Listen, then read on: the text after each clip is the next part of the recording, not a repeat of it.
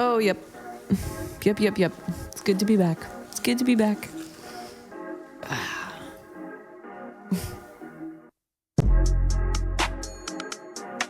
Oh man, I did that thing where I just lifted the mic as I was swallowing. I apologize. But yeah, welcome. So good to be back. If you're wondering like where the heck I've been, I've been really busy.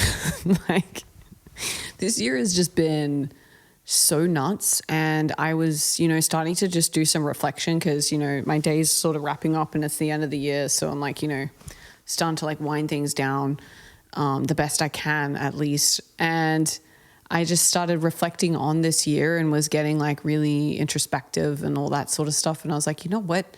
I'm going to do a podcast episode because I haven't done one in a while. And so if you're actually like just tuning in and wondering what the heck's going on, welcome.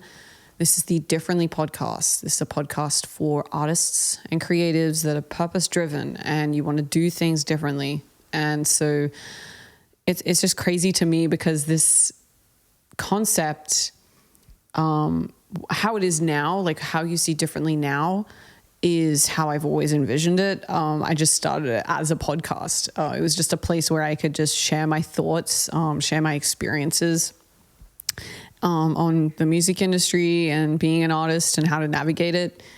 But I always had this vision of, really helping develop artists and, helping build their careers and setting them up for, to just like be an artist in a sustainable way and, really start to change the way we view, who we are and our role in, when we attach that artist label to us. And this year was just crazy because I really feel like for me personally, it was a year I could actually just be myself. And it's so weird to say that because I hear people saying it all the time where they're like, oh, I can be me. I can show up authentic. Sorry if I'm offending anyone with this accent. I do it all the time. But yeah, like when people are like, I can just be authentically me. And it's like, I could kind of understand what they meant when they were saying it. It's like, it makes sense logically what that means. You're in environments where you don't feel like you have to change yourself at all. But I feel like there's like a deeper part of that where when we can actually be ourselves, what that actually does to your environments, how that encourages other people, that how it actually like almost like fuels them to be able to want to do the same. And I'm seeing that firsthand this year. It's just really hard to put into words what I've just been through. like the beginning of this year, I thought I was really in my purpose. Like I really thought I was doing what I was made to do. And I was really prepared to like, just be like, well, this is what I'm doing now. Like, this is awesome. Without really understanding, like it could get more awesome. And I wasn't actually fully capable. Like I wasn't at my full capacity, my full potential. I was actually still kind of hiding these parts of me that are very vital. And I just feel like a lot of this year was being introduced to that person and being like, I like you. Like, you're really fun and you are a good time. Like, and it's like, I really like this person, it's like since getting sober, it has been a known, like in very big ways, almost like a reintroduction to who I actually am. But this year specifically, not being behind the label of sober, it was just in life. And I felt like I could breathe. There were things still that were feeling like it was just holding me back. And it wasn't even things, it was me, really. So just being able to witness that and then witness how that has been fueling differently to move in the direction of like, I'm finally in a space where I'm like, this is it. Like, this is it. This is what I'm meant to be doing right now in this point in time. And I feel incredibly blessed to be able to say that, because I think it's very rare for people to really sit down in a moment of reflection and being like, I'm living the life that I was made to live. Like, I am feeling like I am in all areas. I'm exactly who I am, and I was made to do this. I think that's very rare, sadly. Because I don't think that's the point. I think the point of life is like, we're meant to tap into purpose. We're meant to be introduced to this part of us that, just gets hidden just through, things that happen to us, the limiting beliefs we have, the voices, the doubt, the insecurities, the fear, the traumas, just all of that. And it really does at least help me look at people very differently, because if I see someone acting out of value, that's what I've been calling it. You're acting out of value. Like, it makes me feel more compassion for them than mad. Like, it makes me kind of understand, like, oh geez, like, you don't know how valuable you are. And how does this like all tie in with artists and the music industry? Like, well, it ties in because when we put this artist label on ourselves, it comes with so much stuff that doesn't matter. I was talking to one of my artists last night. I said, with the artist label or without the artist label, like, you are who you are. And being an artist is just an expression of that. And so really understanding that, because why it's so important to know that is, and understand that, is because that's how you're able to navigate from a place of strength than kind of having this like mad FOMO, this artist hamster wheel, where it's very results driven and it's very like, I'm proving a point, instead of, this is what I just really love doing, and this is what I have to say about it. This is just who I am, and this is the way I'm expressing that. It's just, yeah, I'm honestly like speechless about this year. Like, this room, I wouldn't have even thought of this place at the start of the year. It was a thought in my mind, but having it now, crazy. This is the Differently Clubhouse. It's a 3-story house that is the offices for all the Differently artists, where they can come here. There's writing rooms, there's content spaces. They come here and do this. We work out, map out their career. We have like teams of people. There's just like, other people and other artists can come here and use it. We're doing like house shows. We're doing, it's just, I'm like, what? Like, what? It's like, when did this happen? How did this happen? And it's fun. Like, it's fun. Life is so fun when you really just surrender it. A lot of this year for myself was learning having no expectations, meeting people where they're at, leaving people where they're at. Like, just understanding that I am the only person I could really control, and being very mindful that my words and my actions really matter. And I could choose to sit in bitterness or anger or offense, or I can choose to just let it go, wish people well, and only want the best for them. And that's a very, very hard thing to do.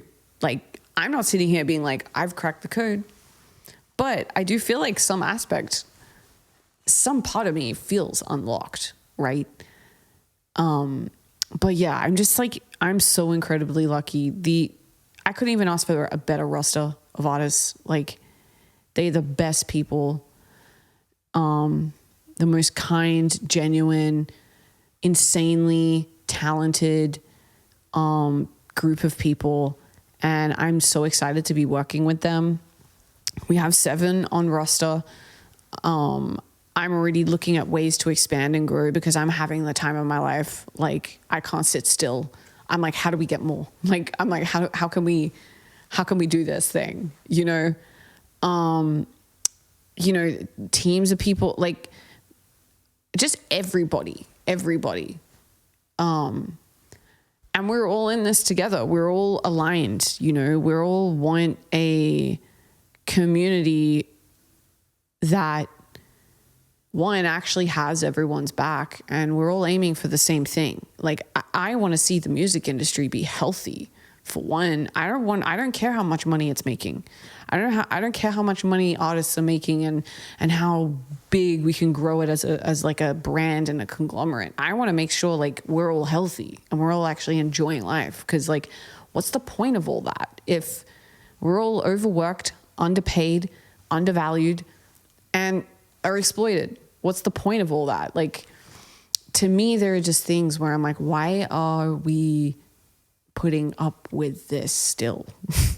Like, why are we doing this? And I really do strongly believe that artists can have a flourishing career and keep their sanity. And if you don't believe me, just watch, because we're all figuring it out together over here, and we're doing it. We're doing it different. We're not chasing the vanity. We are chasing what makes something sustainable and what makes something thrive. And just in my own journey, I've noticed that environment is everything. Environment is everything. And, kind of leading this from the front, I do put a very high pressure on myself to be making sure I'm doing that in all areas of my life, not just, how people see me on social media and how I present myself. I was telling a friend the other day, I was like, what I am being very intentional with is I want to be the most positive interaction that someone has in their day. I want it to be positive and I want it to be encouraging. So I don't know people's day. I don't know if they're having a great day. I don't know if they're having a bad day, the worst day of their life, the best day of their life. I don't know. But what I do know, and what I know I can control, is making sure that their interaction with me is encouraging and is positive. So whether it's the only interaction in their day or the 10th interaction in their day, they know that whenever they run into Breezy, it's going to be positive and it's going to be encouraging. And that's what I feel like I'm made for. Like, I'm made to really vitalize environments like that. And, it's fun. It really, like, it's just, even in doing that one little thing is so difficult, because when I'm met with something that I could easily be offended with, I'm like, to align to my values. I don't need to bite back. I just need to understand that they don't know what the hell they just did, and forgive and move on. How does this all tie in with the music industry? Well, I think you have to have a very short-term memory to survive in the music industry, because everybody's going to be, unintentionally offending you in some way or disrespecting you in some way. If we held all of these inconveniences to people, we would really just be miserable, and we don't have time. We don't have time on this planet to be miserable. And I mean, I don't have time. I just think, like, I always remember this quote, and it was always like, be the change you want to see. It's a very, like, cliche kind of thing, but it really, if you think about it, it's what actually sticks to me is the be part. And the be part is so important, because you could think about the change you wish to see. You could talk about the change you wish to see, But until you're actually doing those things, you're not going to see change. And I think too is the way that you can really tap into your purpose, or even know like what that is if you think about or observe the things in your community, in your world, that annoy you. And you have this answer to, like, you see this problem and you go, well, why didn't they just do this? Why doesn't this just happen? Well, that's telling you something. That's telling you that that's probably your purpose. You have to be crazy enough to think that you're the one to do it. And I say that all the time around here. I'm like, I'm crazy enough to believe that we can keep you pretty independent, and you can build your brand to be very strong and build you to be artists that are just smart. You know what you want. You know how to navigate the industry. You know how to think about your pathway, and also have a support system of people that are already there while retaining all your ownership. And when it comes to the talking about, selling off ownership or whatever, that's at a very strategic time. I believe that that's how it should be set up. And maybe I'm the one to just keep planting the seeds of that idea until it happens and everyone's like, oh yeah, that makes sense. I don't know. To be continued. I feel like I'm exiting 2024 with a lot of passion and a lot of what else is impossible that I can witness to become possible. A lot of things that I thought were impossible, I am now either sitting in, I can physically touch, and I can actually see. A lot of things that were in my mind's eye, I have now witnessed firsthand manifest into my environment, and not in like a hippy dippy kind of way. In a very real and tangible, did the work, kept my head down, stayed forgiving, and just was myself, even in the moments where I wanted to hide, So many of those moments, I just wanted to give up, wanted to go back home, wanted to just do the easy thing, because it got very hard.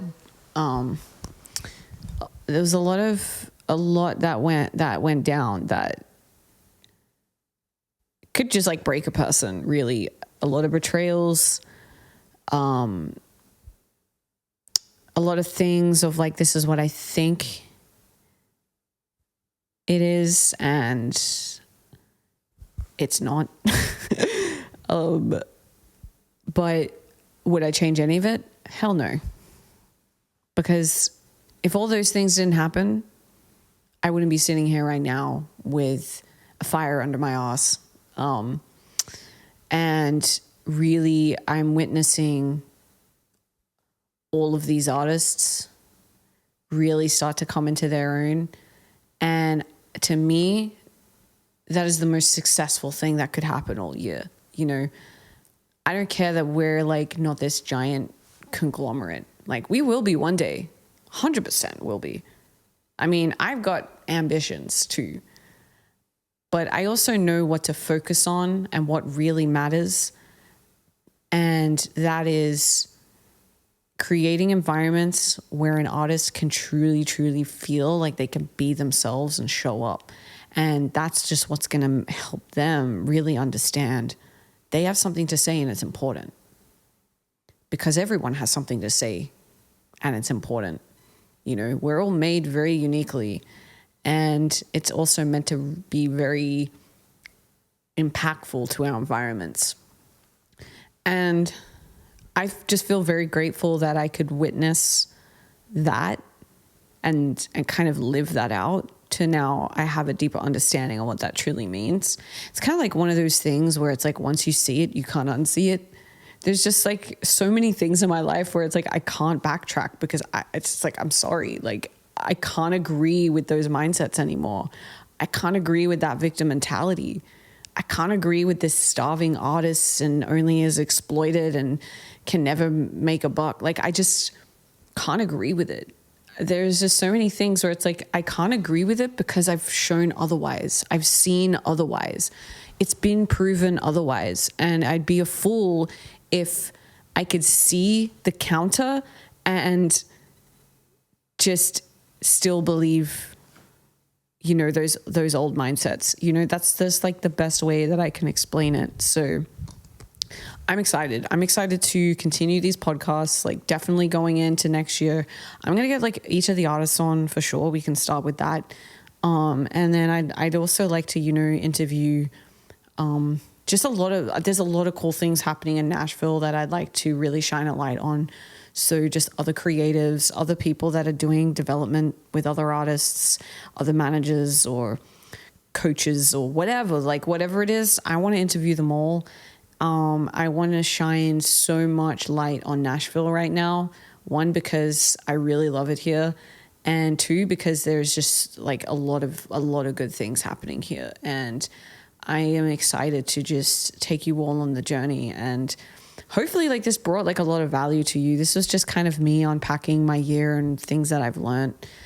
And I really hope that like pays forward into your life, and you can, you know, sit there and reflect and think about, you know, where am I hiding? Where am I maybe not letting myself show up truly as who I am, you know, and doing that inner work, dude. Do that inner work. It's really difficult. It's so painful, but it's so worth it. So have a great Christmas. Have a safe new year. And I'm looking forward to see you kill it in 2025. Peace.